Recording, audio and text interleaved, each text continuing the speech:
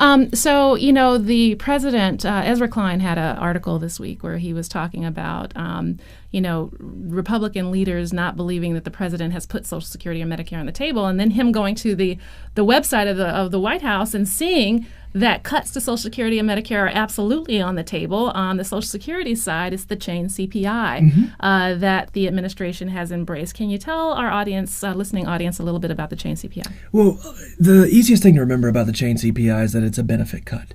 It cheapens your benefit over the course of the time you would collect them, and that applies to regular Social Security benefits, disability, people who are survivors. The White House and many on the right have tried to sell chain CPI as a quote-unquote minor technical adjustment. And the easy way to remember that for your listeners is that's a benefit cut. It's less money out of your pocket. I have a young woman I went to high school with, I grew up with, her name is Nessie Pruden. She never has had the use of the limbs, of her legs. She's been on Social Security disability since about the age of 25. Wow. But her and her husband both have lost the use of their limbs. But I watch as she and her husband drag themselves weekly, and that's almost literally to part-time jobs, so they can continue to qualify through earning their little bit of wages. And when I say to them, I asked Nessie the last time I was home, what would an $80 a month cut of your Social Security disability benefits mean? What would a $120 benefit cut mean? And I said, because those are the words being tossed around by some Democrats and a lot of Republicans. And she says, she said to me in the exact words, I recognize that the president and Speaker Boehner have thoughts about Social Security that are on the other side of the coin.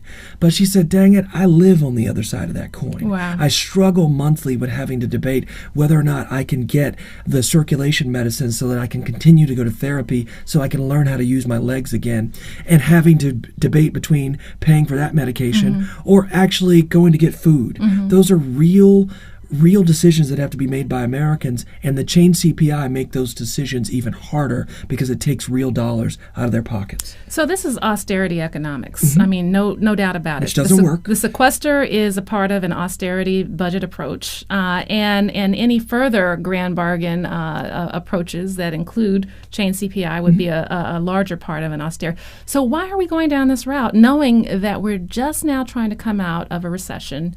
Why would we impose austerity economics on an economy that's struggling? I think, especially here in Washington, there's an abstract understanding of what most Americans are going through out there outside of the Beltway. There have been numerous reports this week in the Washington Post and Slate.com and Salon.com that after the sequester was implemented, that the president was throwing his hands up. He was going to put all of his eggs into the 2014 basket. He's already committed in 2013 to 4 times as many Democratic Congressional Campaign Committee events raising money as he did in 2009. So it does beg the question, if the goal is to flip the House of Representatives back to Democrats, and one of the major issues that voters of Democratic congressional candidates support, not just Democrats, but Republicans and independents, are Social Security and Medicare. Why is the administration and why are some Democrats saying, you know what, maybe chain CPI is not so bad? Because no one else is saying that. So, this is very interesting, Don, because what you're presenting here is that the Democrats who actually support this approach are actually cutting, as my mother says, and as, they say in the South, cutting off your nose to spite your face. Oh, yes. That, that if you're trying to actually gain power and retake the House, then actually undermining the legacy that Democrats are known for will not win you any favors with the voting public. And yet we still see the politics moving forward. Yes. There was an interesting tidbit, and most of what I do is media. Politico puts out a talking point sheet every day about what's going on in Washington, especially among the administration and on Capitol Hill. And the first talking point on Friday, the day the sequester cuts were to be implemented, was a quote from a Republican from Ohio. And he said, look, and I'm paraphrasing, but it was the first bullet point, and it was easy to remember. It was so startling. He said, look, it's real easy to talk about cutting Social Security and Medicare, but when I go back to my district, even my Tea Party members are saying, you can cut government, but don't cut my Social Security. And it's startling because we get reminders of that monthly, not only in our work, but in our polling, and when we go outside of Washington and talk to people who are impacted by these programs. But for some reason, once we come back and tell these stories to the administration, what we hear back is change CPI. So what's interesting about that, and my listeners have been, we've had guests on who have talked about the difference between the Washington bubble, and when I say Washington, I mean Washington Wall Street bubble, because it's conflated, and the rest of America, who has a completely different opinion about the policy choices to be made, and yet, despite a historic election where the majority voted for a slate that would seem to indicate a preference for not cutting social insurance programs, we see policy actors at the highest levels of government in Washington pursuing an agenda that is directly against the well-being of the American people. And so, my question is, why?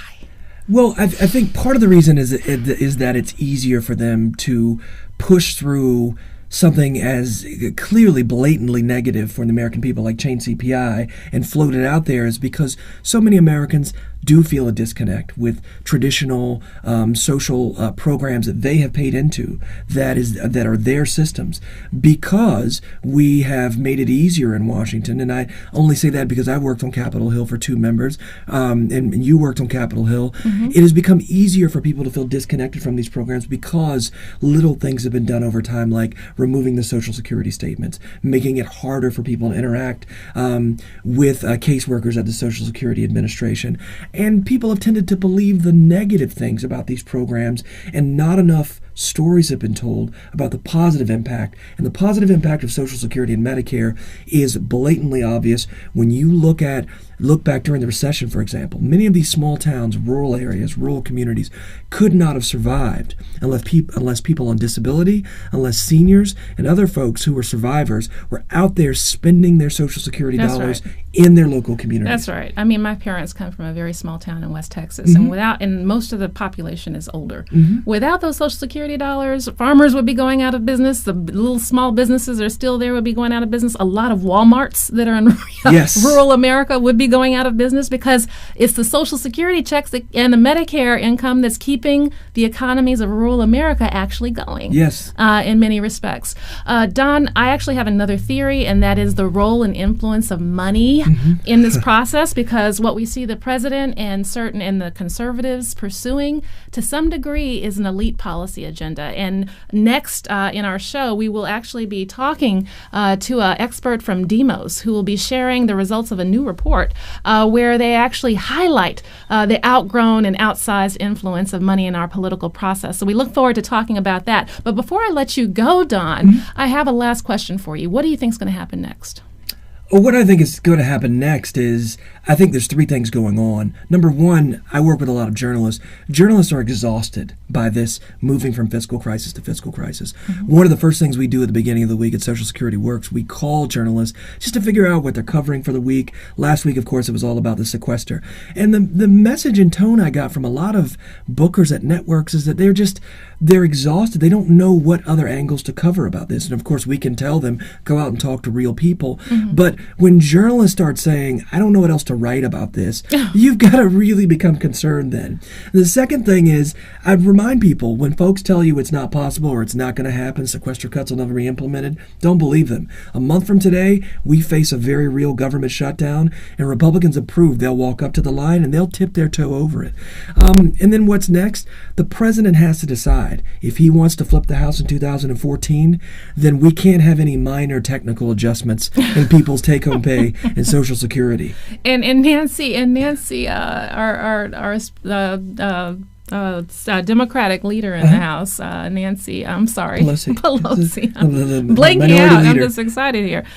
She can't actually support that agenda either if she expects to retake the House. So Don Owens, Communications Director at Social Security Works, thank you for your insightful analysis, and I hope to have you back on again in the future. Thanks for the opportunity. Next up, we will be hearing from Adam Leos, the lawyer and policy advocate at Demos. You are listening to Maya Rockymore, Pivot Point, sponsored by the National Committee to Preserve Social Security and Medicare.